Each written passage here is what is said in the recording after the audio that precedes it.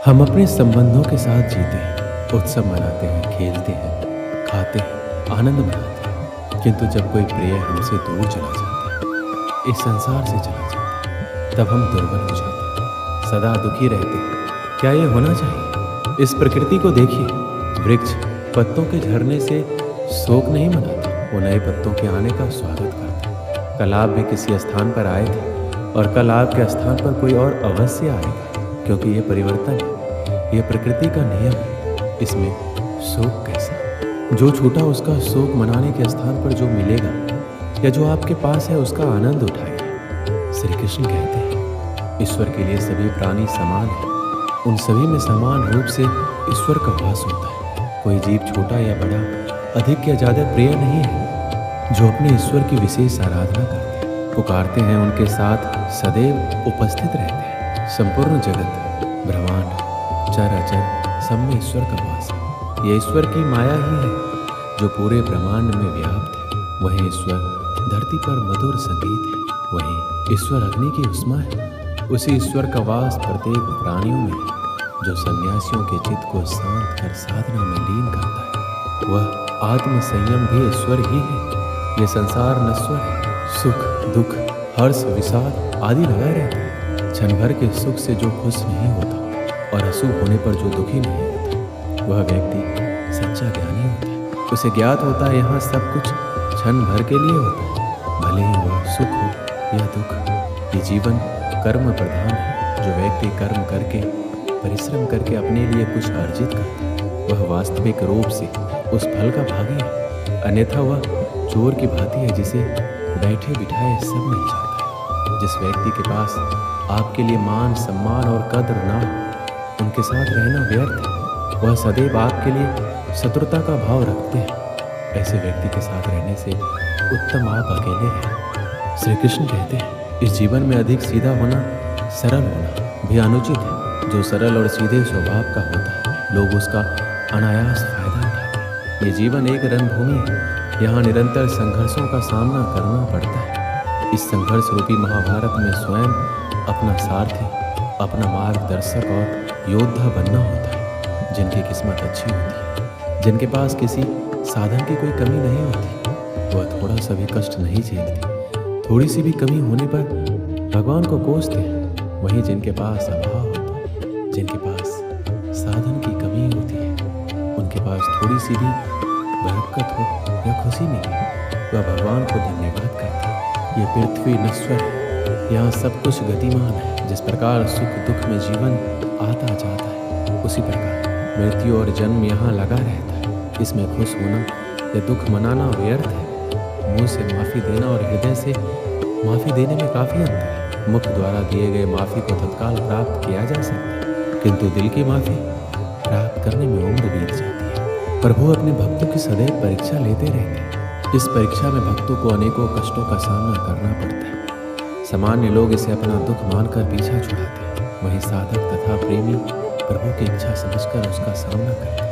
सांसारिक सुख क्षणिक होता है। जो सुख आज प्राप्त हो रहा है, वह सुख स्थायी नहीं है। यह सुख आपके साथ सर्वदा नहीं रहने वाला। आपको दुख भी प्राप्त होगा, परंतु संसार से वियोग अर्थात मुक्ति परम आनंद को प्राप्त कराती है। यह ईश्वर तक पहुँच जाती है। माना जाता है जीवन के पूर्व कर्मों का फल इसी जन्म में होता है। जितने भी रिश्ते, नाते, सुख दुख व्यक्तिगत जीवन में प्राप्त होते हैं, वह पूर्व जन्मों का फल है। वरना कौन इतनी बड़ी दुनिया में आपसे दिल लगाता? राधा और कृष्ण दोनों अवतारी थे।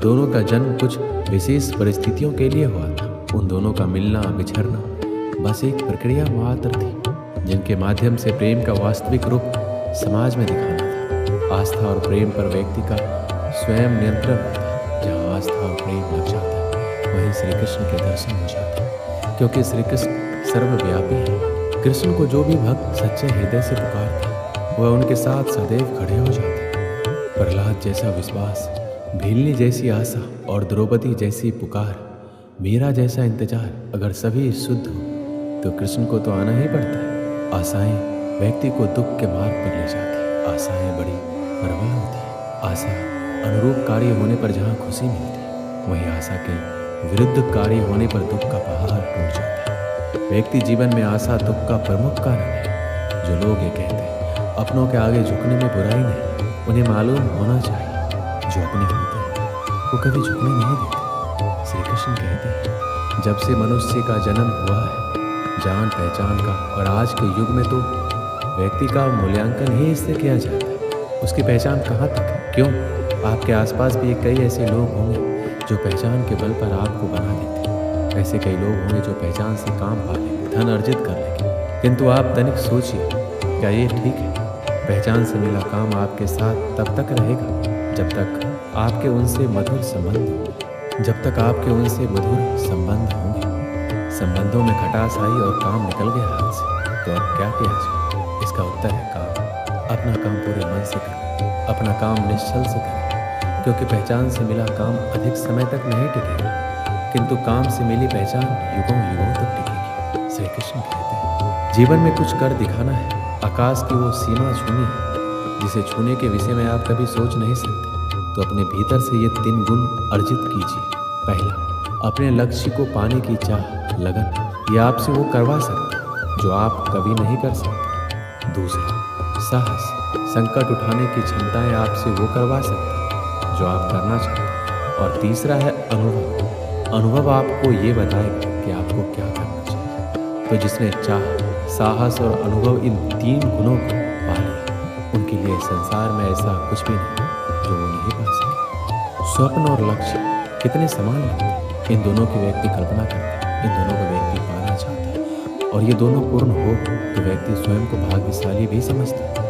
किंतु इन दोनों में अंतर है। अंतर ये है कि स्वप्न के लिए बिना मेहनत की नींद चाहिए और लक्ष्य के लिए बिना नींद की मेहनत। जो व्यक्ति स्वप्न में देखने में रह जाता है, उठने के पश्चात उसके हाथ खाली रहते हैं, और जो व्यक्ति मेहनत करता है सोते समय उसके हाथ उसका लक्ष्य होता है। इसलिए यदि स्वप्न भी देखो तो लक्ष्य समझ के। दीपक जलाने का कार्य कितना सुखमय होता है। प्रकाश की ये लौ मानो भीतर जाकर मन में उल्लास भर देती। ये मैंने क्या कर दिया?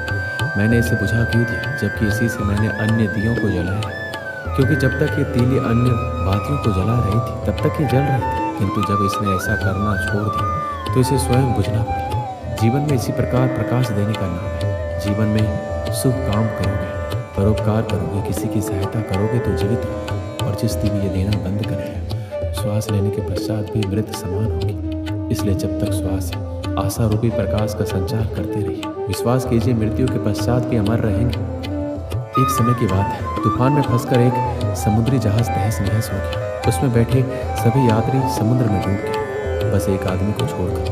भगवान की कृपा से वह किसी तरह बच गया और बहकर समुद्र के किनारे आ गया। उसकी बेहोशी टूटी और आंखें खुली तो उसने खुद को एक उजाड़ सुनसान द्वीप में पाया। वह भगवान से प्रार्थना करने लगा, भगवान मेरी मदद करो, कोई मदद यहाँ भिजवा दो। दिन गुजर गया, रात हो गई, लेकिन उसके लिए कोई नहीं आया। समुद्र किनारे सोकर उसने रात गुजारी। अगले दिन उसने फिर भगवान से मदद के लिए प्रार्थना की, लेकिन कोई मदद नहीं आई। इसी तरह कुछ दिन गुजर गए। उजाड़ द्वीप की जिंदगी को अपनी किस्मत मानकर आदमी ने कुछ लकड़ियाँ और घास फूस इकट्ठा कर अपने लिए एक झोपड़ी बना ली। टूटे जहाज से बहकर आई चीज़ों में से उसने अपनी ज़रूरत की चीज़ें इकट्ठा की और झोपड़ी में रख ली। उस झोपड़ी में रहकर वह दिन गुजारने लगा। एक दिन वह भोजन की तलाश में गया हुआ था। वापस लौटा तो देखा कि झोपड़ी में आग लग गई। अपना एकमात्र आसरा उजड़ जाने पर वह बहुत दुखी हुआ। आसमान की ओर सिर उठाकर भगवान को कोसने लगा, भगवान मैंने तुझे मदद भेजने के लिए कहा, पर तूने ना सुनी मेरी। मन मारकर मैंने जीने के लिए यहाँ एक झोपड़ी बनाई, तूने वो भी जला दी, मेरा आसरा छीन लिया। तू बड़ा निष्ठुर है। रात में वह समुद्र के किनारे सोया। सुबह तेज आवाज से उसकी नींद खुल गई। उसने देखा एक समुद्री जहाज किनारे आ लगा। वह खुश हो गई, आखिरकार उसके लिए मदद आ गई। वह जहाज पर बैठा और जहाज चल पड़ा। उसने जहाज के कप्तान से पूछा, आपको कैसे पता चला कि मैं यहाँ इस उजाड़ द्वीप में फंसा? हमें रेस्क्यू के लिए फायर सिग्नल भेजा गया था, पर मैंने तो फायर सिग्नल नहीं भेजा, आदमी ने कहा। जहाज के कप्तान ने कहा, लेकिन हम तो फायर सिग्नल देख कर ही आए। तभी आदमी को अपनी जलती हुई झोपड़ी याद आई। वो समझ गया भगवान ने उसकी सहायता भेजने की प्रार्थना सुनकर उसकी झोपड़ी जलाकर समुद्री जहाज उसके इस द्वीप में फंसे होने का संकेत दिया था। वो भगवान को धन्यवाद करने लगा। दोस्तों, जब हम पर मुसीबत टूटती है तब हमारा विश्वास डगमगाने लगता है, धैर्य टूटने लगता है, आशा धूमिल होने लगती है और हम भगवान से शिकायत करने लगते हैं। जबकि ऐसे समय में आवश्यकता है भगवान पर विश्वास बनाए रखकर मुसीबत से निकलने की प्रयास करने की। उस आदमी ने झोपड़ी बनाई तो भगवान ने उसमें आग लगाकर उसे उजाड़ द्वीप से निकलने में मदद की। हमें भी दिल छोटा किए बगैर भगवान पर विश्वास रखकर अपना प्रयास करते रहना चाहिए। हमारा प्रयास और भगवान का आशीर्वाद दोनों मिलकर हमें हर मुसीबत से निकाल लेंगे।